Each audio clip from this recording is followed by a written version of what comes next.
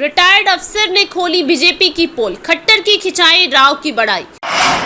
बोले राव इंद्रजीत के कहने पर खट्टर ने चपरासी तक नहीं बदला। कहा राव की उपेक्षा चुनाव में बीजेपी को पड़ेगा भारी। हरियाणा में बीजेपी की सरकार न बनने का बड़ा दावा। हरियाणा में विधानसभा चुनाव की तिथि का ऐलान हो चुका है। राजनीतिक दलों की ओर से टिकटों की घोषणा शुरू की जा रही है। मुख्य राजनीतिक दल भाजपा और कांग्रेस की ओर से टिकटों की घोषणा होना अभी बाकी है।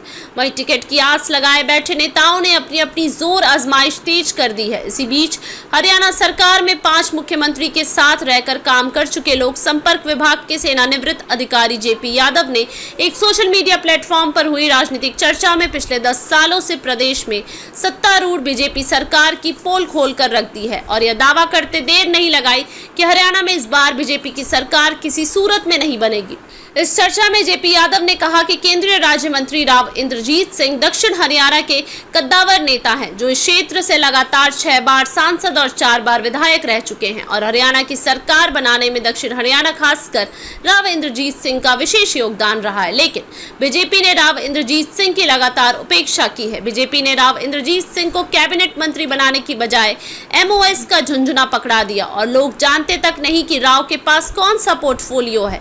इतना ही नहीं, मुख्यमंत्री रहते मनोहर लाल ने राव के कहने पर एक चपरासी तक ट्रांसफर नहीं किया। ऐसे में दक्षिण हरियाणा और राव की यह उपेक्षा बीजेपी को बहुत महंगी पड़ेगी। उन्होंने कहा कि राव इंद्रजीत सिंह परिपक्व नेता है, वह ना तो किसी के आगे झुकते हैं और ना ही दबाव में आते हैं। नायब सैनी की जगह राव इंद्रजीत सिंह को मुख्यमंत्री बनाया जा सकता था, लेकिन यहाँ भी राव की उपेक्षा की गई। उन्होंने कहा कि भाजपा ने पिछले 5 सालों के दौरान दक्षिण हरियाणा में मूलभूत सुविधाएं उपलब्ध कराना तो दूर, विकास के नाम पर एक ही तक नहीं लगाई। हाँ, एम्स का झुंझुना जरूर लोगों के हाथ में थमा दिया। उन्होंने कहा कि मुख्यमंत्री रहते मनोहर लाल ने रेवाड़ी और धारूहेड़ा के लिए जो वादे और दावे किए वह धरातल पर नहीं उतर पाए। मुख्यमंत्री की घोषणा के बावजूद धारूहेड़ा में बस अड्डे के नाम पर एक पत्थर तक नहीं रखा गया। उन्होंने कहा कि हरियाणा में बढ़ती बेरोजगारी, प्रॉपर्टी ID और PPE की समस्या का जंजाल बनी हुई है। दक्षिण हरियाणा के लोग पेयजल की किल्लत से जूझ रहे हैं। बावल विधानसभा से प्रदेश सरकार में जन स्वास्थ्य मंत्री डॉक्टर बनवारी लाल का खोल ब्लॉक डार्क जोन में है। किसान भी इस सरकार से खुश नहीं है। 2000 देकर किसानों की भावनाओं के साथ इस सरकार ने खिलवाड़ किया है।